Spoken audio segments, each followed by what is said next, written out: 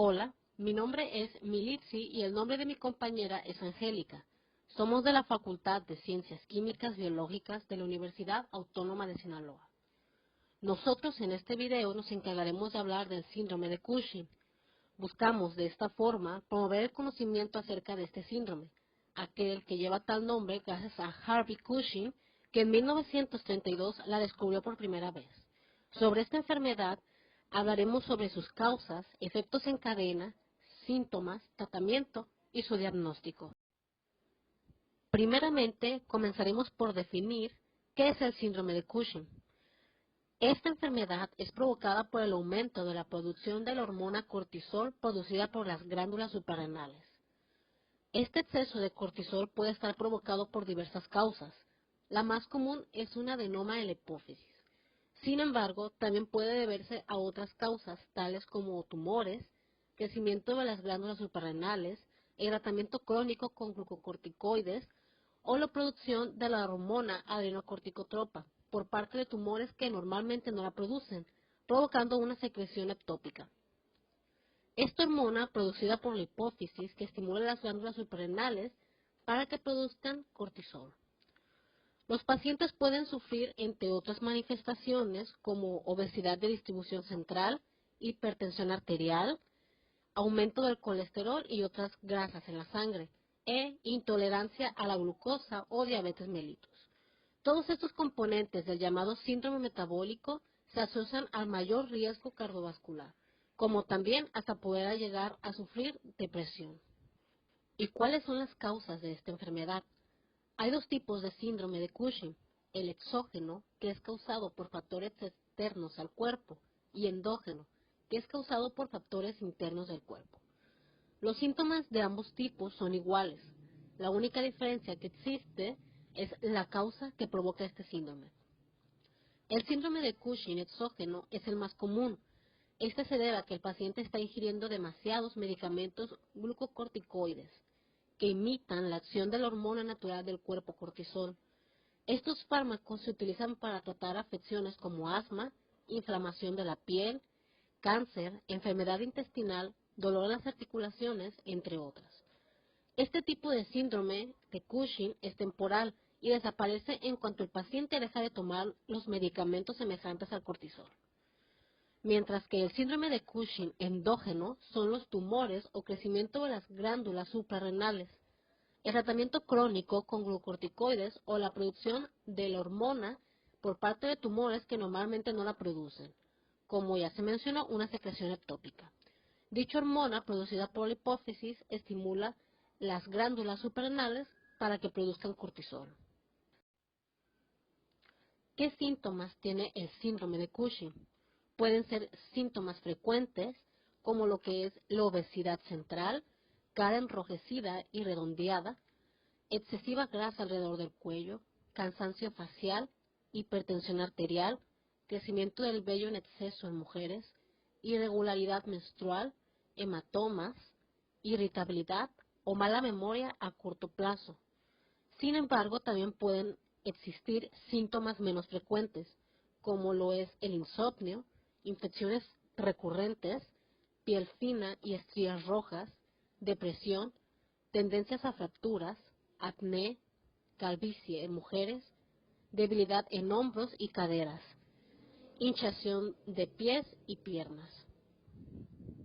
Bueno, cuando los niveles de cortisol lleguen nuevamente a la normalidad, estos síntomas podrían llegar a desaparecer, aunque no siempre lo hacen del todo, ya que aunque esté del todo curado, este síndrome presenta riesgos cardiovasculares, por lo que deben de seguirse cuidados, tales como una dieta equilibrada, ejercicio y no fumar. ¿Cómo se diagnostica el síndrome de Cushing? Bueno, lo primero que se debe realizar ante la sospecha clínica de un síndrome de Cushing es confirmarlo mediante una serie de estudios de laboratorio. El diagnóstico final de la enfermedad de Cushing no es sencillo y se requieren múltiples estudios. Es necesario repetirlos en varias ocasiones para comprobar que el diagnóstico sea correcto. La interpretación de los resultados debe quedar en manos de un neuroendocrinólogo con experiencia. Se necesitan 2 o más de las siguientes pruebas con resultado positivo. Cortisol libre urinario de 24 horas. Este método tiene como objetivo medir la cantidad de cortisol producida por el organismo en un día, que es excretada por orina en forma de cortisol libre. Es una prueba bastante sencilla de realizar que solo implica recolectar la orina por 24 horas. Durante la prueba no se debe administrar glucocorticoides ni ingerir excesivamente líquidos ni aplicar cremas que contengan corticoides. Test de Nugent. Regularmente la toma de dexametasona inhibe la producción de cortisol. En el síndrome de Cushing, la ingesta de 1 miligramo de dexametasona a las 23 horas y el dosaje de cortisol en sangre a las 8 a.m. del día siguiente no inhibirá la producción de cortisol, el cual persistirá elevado en sangre. Cortisol en saliva de medianoche. Normalmente el cortisol se secreta en sangre de manera cíclica durante el día, encontrándose su mayor nivel alrededor de las 8 a.m. y su menor nivel cerca de las 11 p.m. Algo similar ocurre en la saliva, en donde se encuentra en su mínimo nivel alrededor de la medianoche. En esta prueba hay que tomar una muestra de saliva a las 11 de la noche, bajo algunas medidas especiales, por ejemplo, no beber licores, no fumar ni masticar tabaco, al menos por un día. Se recomiendan las pruebas anteriores que en caso de que los valores sean superiores a lo normal, se repite el test antes de avanzar con otros estudios. Ya realizado el diagnóstico con las pruebas de laboratorio, es necesario determinar cuál es la causa de la enfermedad de Cushing. Es decir, si la causa es un adenoma en la glándula hipófisis o si la causa se encuentra fuera de la hipófisis. Es por eso que se realizan los siguientes análisis hormonales. Dosaje de ACTH. Hormona corticotrofina. Si el valor de ACTH es bajo, la causa del síndrome de Cushing no es un adenoma de hipófisis, y hay que investigar con mayor detalle a la glándula suprarrenal. Por ejemplo, con tomografía o resonancia magnética. Si el valor de ACTH es normal o alto, la causa del síndrome de Cushing puede ser por un adenoma de hipófisis o bien por una entidad fuera de la hipófisis. Prueba con dosis de 8 miligramos de dexametasona. Se mide el cortisol en sangre a las 8 a.m. Ese mismo día se debe ingerir 8 miligramos de dexametasona a las 11 p.m. y se realiza el dosaje de cortisol en sangre nuevamente a las 8 a.m. pero del día siguiente. Cuando se confirma por los laboratorios hormonales que la causa del síndrome de Cushing es un adenoma de hipófisis, es decir, lo que se denomina enfermedad de Cushing, el siguiente paso es realizar una resonancia magnética con gadolino con foco en glándula hipófisis. En la actualidad existen equipos de resonancia magnética con una potencia de 3 teslas, que permiten detectar microadenomas, muy pequeños de apenas algunos milímetros, que pueden pasar inadvertidos en secuencias dinámicas de resonancia hechas con equipos de menor potencia. En algunos pacientes es necesario realizar un cateterismo de senos petrosos inferiores, ya que la resonancia magnética no es concluyente. Efectos en cadena del síndrome de Cushing. Como ya se ha mencionado antes, los pacientes con este síndrome presentan riesgos cardiovasculares que podrían desencadenar grandes problemas en el organismo. Es por esto que es de gran importancia conocer la existencia de dicha enfermedad, así como también lo importante que es tratarla. Los pacientes con síndrome de Cushing que presentan hipertensión arterial se ha indicado que es gracias a la retención de sodio y tratamientos farmacológicos. Para mantener un correcto control de tal, debe tomarse el medicamento en sus tiempos determinados, mantener actividad física, mantener un peso normal y moderar el consumo de sal. Diabetes mellitus. En el paciente con hipercortisolismo por síndrome de Cushing hay un aumento de la neoglucogénesis o bien formación de glucosa por el propio organismo y resistencia periférica a la acción de la insulina, lo que favorece la aparición de cifras altas de glucosa, hiperglicemia. Si se normaliza el cortisol con tratamiento, mejora la hiperglicemia e incluso puede normalizarse la glucosa completamente. Osteoporosis. Es una enfermedad metabólica ósea que pueden presentar los pacientes diagnosticados de síndrome de Cushing por el efecto crónico de los corticoides sobre la absorción intestinal y reabsorción renal del calcio, entre otros mecanismos. Obesidad. Dicha obesidad se presenta en el paciente con síndrome de Cushing debido al hipercortisolismo.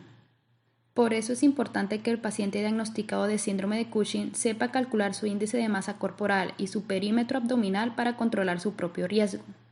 El exceso de peso afecta la salud y la calidad de vida y favorece la aparición de hipertensión arterial, accidentes cerebrovasculares, enfermedades cardíacas o diabetes mellitus tipo 2. Alteraciones psicológicas. Debido a todas las modificaciones metabólicas, el paciente con síndrome de Cushing puede presentar alteraciones emocionales, como lo son irritabilidad, ansiedad, depresión, insomnio y crisis de pánico. Para ello es importante consultar a un médico y mantener citas con un psicólogo. Debe tenerse en cuenta también que en muchos casos los fármacos antidepresivos o tranquilizantes son poco eficaces mientras no se normalice el cortisol. Manifestaciones dermatológicas. Las manifestaciones dermatológicas son debidas al efecto del exceso de cortisol sobre la piel. La piel se vuelve fina y frágil, siendo frecuente la aparición de estrías rojo-vinosas a nivel abdominal y en glúteos, hematomas al mínimo golpe y úlceras tras traumatismos mínimos. Es frecuente que la piel de la cara y cuello se vuelvan más grasa y puede aparecer acné y alopecia. ¿Cómo tratarlo? Para tratar esta enfermedad existen diversas formas de hacerlo, desde pastillas hasta cirugía. El tratamiento con pastillas o cápsulas no es curativo, pero es capaz de normalizar de nuevo los niveles de cortisol. Posteriormente mejoraría los síntomas y daría mejores resultados. Algunos medicamentos son metopirona, ketoconazole, mitotane o cabergolina.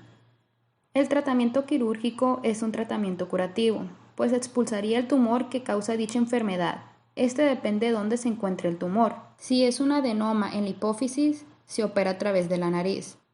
Si es un tumor suprarrenal, se opera mediante laparoscopia si es pequeño, o de lo contrario sería a cirugía abierta.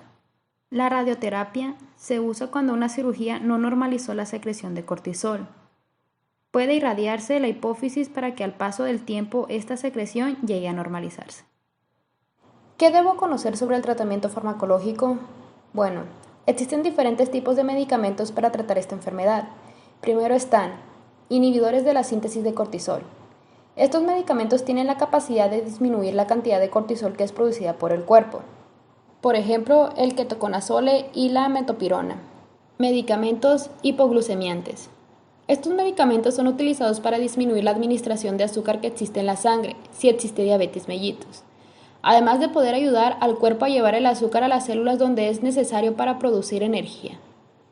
Medicamentos hipotensores. Existe una variedad. Hay diuréticos, otros inhiben la producción de hormonas que controlan la tensión arterial y favorecen la vasodilatación.